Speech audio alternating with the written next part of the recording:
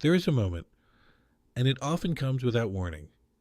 You reach for something simple, a grocery bag, a pen, a suitcase, and it feels heavier than you remember. Not dramatically heavier, just enough to make you pause, or perhaps you notice it when climbing stairs. Your legs feel tired sooner. You sit down, and standing back up takes just a bit more effort than it used to. Now, most people smile it off. They say, well, this is what happens when you get older. But after decades of observing patients, I can tell you something with quiet certainty. That explanation is often incomplete, and, in many cases, it's misleading. I've spent more than 40 years working with people in their 50s, 60s, and beyond. And I've watched this process unfold thousands of times. It rarely happens suddenly. It's gradual, almost unnoticeable at first. A little less strength this year, a bit more fatigue the next, until one day it becomes part of your identity. I'm just not as strong as I used to be.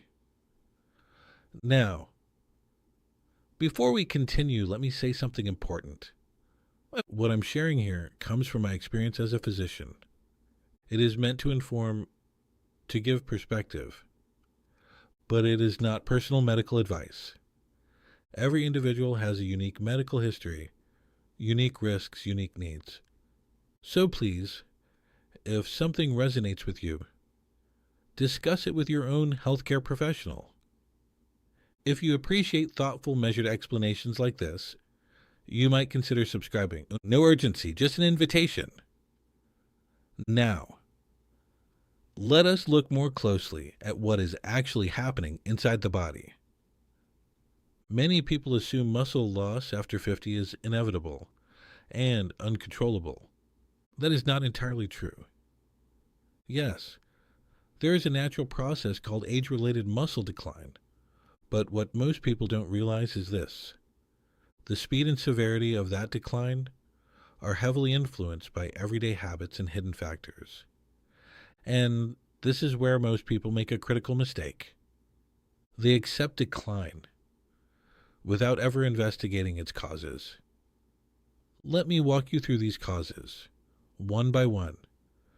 First, inadequate protein intake. Now, this sounds simple, almost too simple, but in reality, it is one of the most common issues I see. As people age, appetite often decreases. Meals become smaller, sometimes less balanced. Protein, in particular, tends to drop off, and muscle tissue requires a steady supply of protein to maintain itself. Without it, the body quietly begins to break down muscle for its own needs. Not aggressively, not painfully, but steadily. Second, reduced physical demand. You may still be active by general standards, but the body is very specific in what it considers stimulation. Walking slowly, light daily tasks. These are beneficial, yes, but they are often not enough to maintain muscle strength. Muscles need resistance. They need to be challenged, even gently. Without that signal, the body assumes the muscle is no longer essential, and it begins to reduce it. Third, hormonal shifts. This is a deeper internal change. With age, levels of hormones like testosterone, estrogen, and growth hormone decline. These hormones are not just about reproduction or youthfulness. They are directly involved in muscle repair and regeneration. When their levels fall, the body's ability to rebuild muscle slows down. So even if you stay active, recovery becomes less efficient. Fourth, chronic low-grade inflammation. Now, this is something many people are unaware of. Inflammation is not always obvious. It doesn't always come with pain or swelling. Sometimes it exists quietly in the background, caused by diet, stress, lack of sleep, or underlying conditions. And over time, it interferes with muscle repair. Think of it as a subtle imbalance, where breakdown slightly outweighs rebuilding. Fifth, poor sleep quality. This is often underestimated. Sleep is not just rest, it is active repair. During deep sleep, the body releases growth hormone, repairs tissue, restores balance. But after 50, sleep often becomes lighter, more fragmented, and this is where many people make a mistake. They accept poor sleep as normal aging, but over time, that poor sleep directly contributes to muscle loss. Sixth, medication effects. Certain medications, while necessary, can influence muscle health. Statins, in some individuals, may contribute to muscle discomfort or weakness.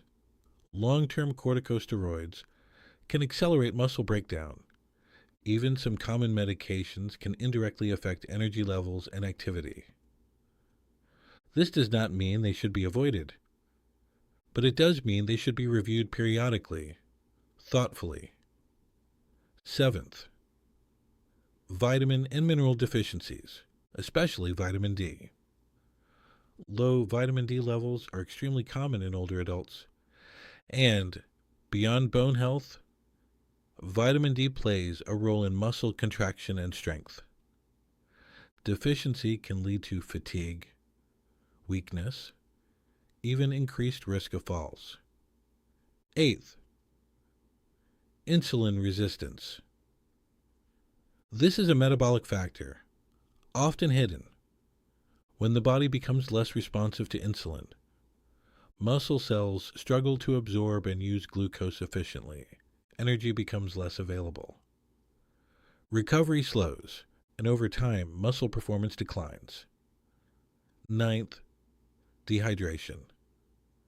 This one is often overlooked.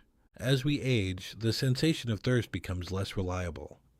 People simply drink less without realizing it. But muscle function depends heavily on proper hydration. Even mild dehydration can reduce strength, endurance, and coordination. 10th, psychological factors. This is rarely discussed, but deeply important. Fear of injury, fear of falling, fear of strain.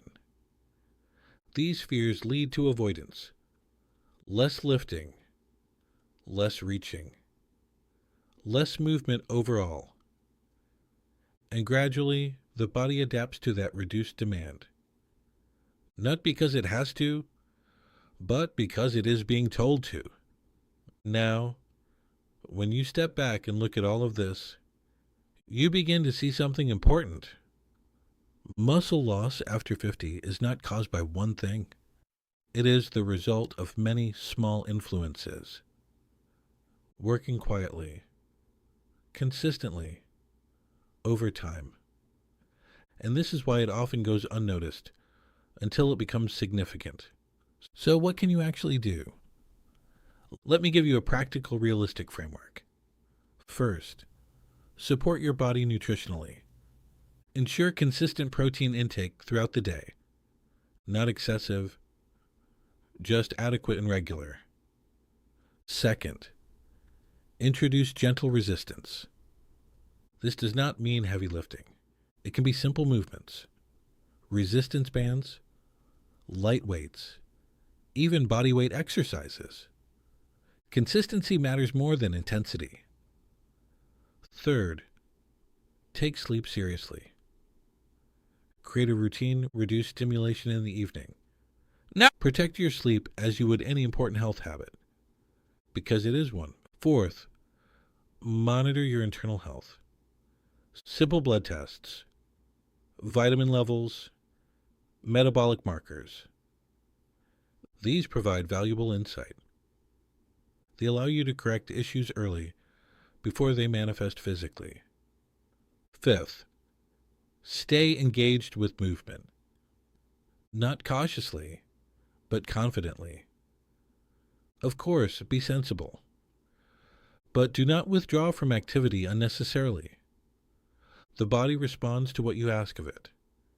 And if you ask it to remain capable, it often will. I have seen patients in their late 60s, even into their 70s, regain strength they thought was lost. Not completely, not perfectly, but meaningfully. Enough to change how they move, how they feel, how they live.